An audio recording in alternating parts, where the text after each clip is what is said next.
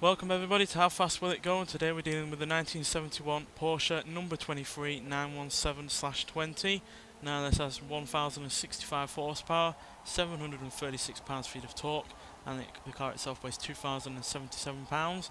It's still got rear wheel drive, can do 0 to 60 in 2.4 seconds and 0 to 100 in 4.342 seconds. So yeah, this was part of the Spotlight Porsche car pack, which is free, which included also a 2019 Porsche 911 GT3 RS, and yeah, plenty of power from its original engine, while having very little in the way of weight.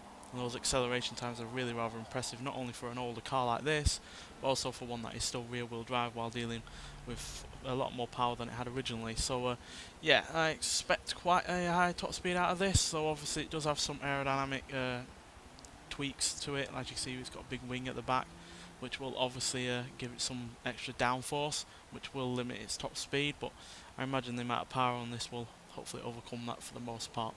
And Porsches in general on this series have done okay, with two of them being in the top 10 at the moment. So yeah, hopefully this car can at least join one of them, because if it does get in the top 10 it will knock one of them out. So yeah, but nonetheless there is at least another one in the top 20. So yeah, Porsche on the whole have done far more successfully than several other manufacturers.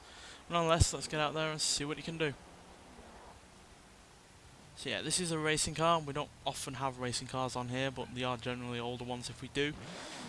For like instance, the Jaguar D-Type, which was a racing car back in its day, is sitting at the top of the leaderboard, with the Ferrari 250 LM and 250 GTO not far behind.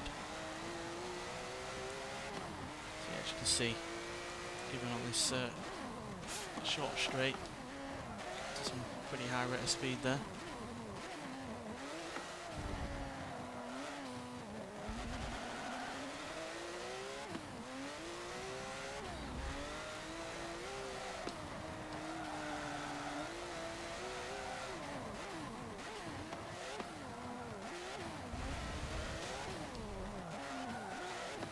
I did upgrade it handling wise as well, obviously, because to deal with this amount of power in stock form would be asking quite a bit. Nonetheless, here we go. It's hugely quick in terms of gaining speed. That's 200 mile an hour, 220, 230, 240, 250, 260, 265, 6, 7, 8. Any more? I don't think so. We're right at the end of the rev limiter there.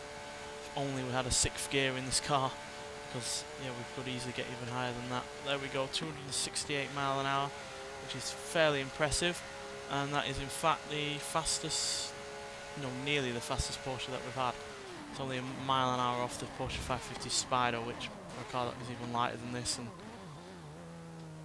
obviously didn't have to deal with the aerodynamics. This car has put in a good showing to only be a mile an hour slower than it. So yeah, it's a mile an hour slower than the Porsche 550 Spyder, but it's the exact same speed as a Saleen S7, Ferrari F355, and it's 3 mile an hour quicker than the Aston Martin DB4 GT Zagato, and it's also slightly slower than the 4GT and the Ferrari 250 GTO. So yeah, fairly impressive. It's gone right into 6th place, because I'm going to put it ahead of the Saleen S7. But even so, it's joint 6th, 7th in the leaderboard overall. So yeah, fairly impressive. And once again, a Porsche is in the top 10, knocking the 911 Turbo S from 1993 out of the top 10. But that still does mean that we've got 4 Porsches in the top 20 overall, which I think I'm right in saying is the most out of anyone.